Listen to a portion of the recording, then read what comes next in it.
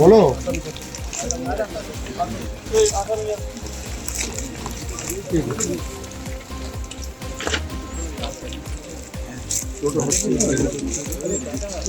এই দাঁড়া দাঁড়া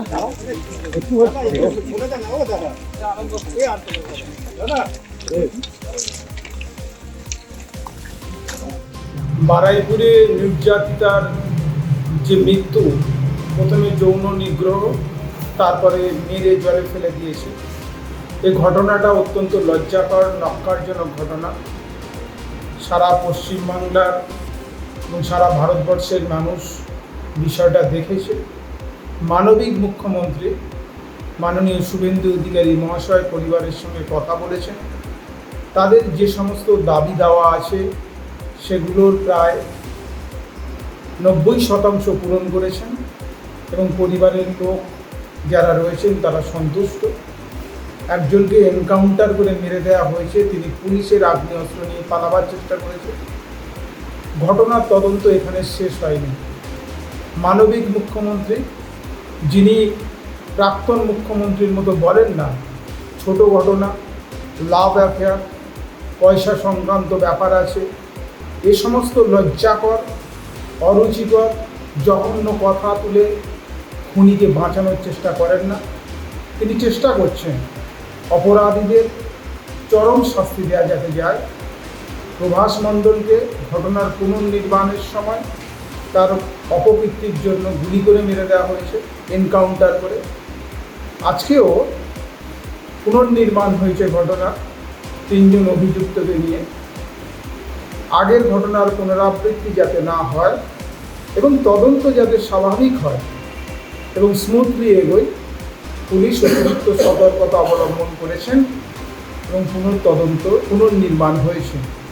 আমরা আশা করছি এই ঘটনার তদন্তের গতি খুব দ্রুত হবে, আর অভিযুক্ত যে 3 জন রয়েছেন তাদের চরম শাস্তির ব্যবস্থা করা হবে এবং এর সঙ্গে যদি আরও অন্যান্য কারা যুক্ত থাকে তাদেরও শাস্তির ব্যবস্থা করা হবে।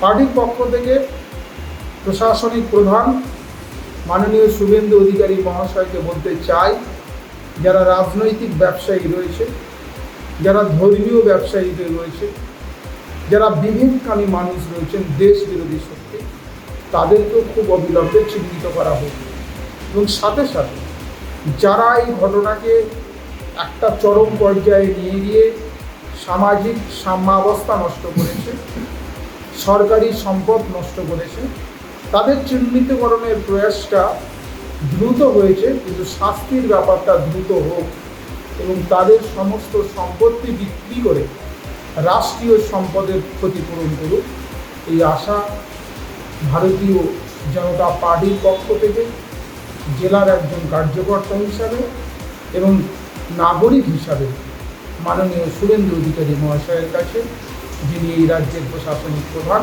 তার কাছে রাখেন।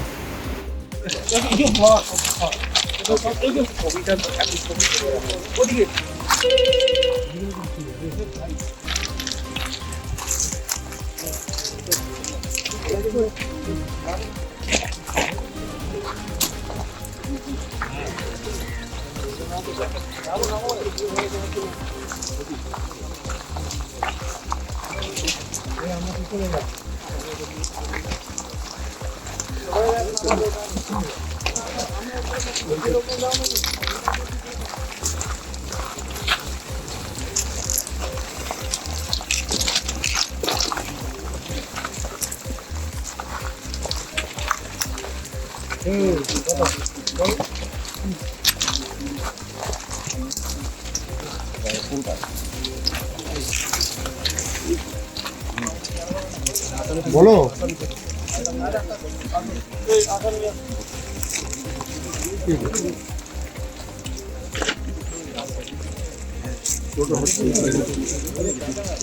এই দাঁড়া দাঁড়া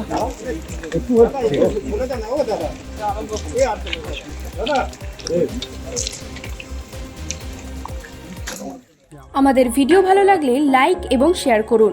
কমেন্ট সেকশনে গিয়ে জানান আপনাদের মতামত। আরও ভিডিও পেতে আমাদের চ্যানেল সাবস্ক্রাইব করুন এবং প্রতি মুহূর্তে খবরের আপডেট পেতে প্রেস করুন বেল আইকন।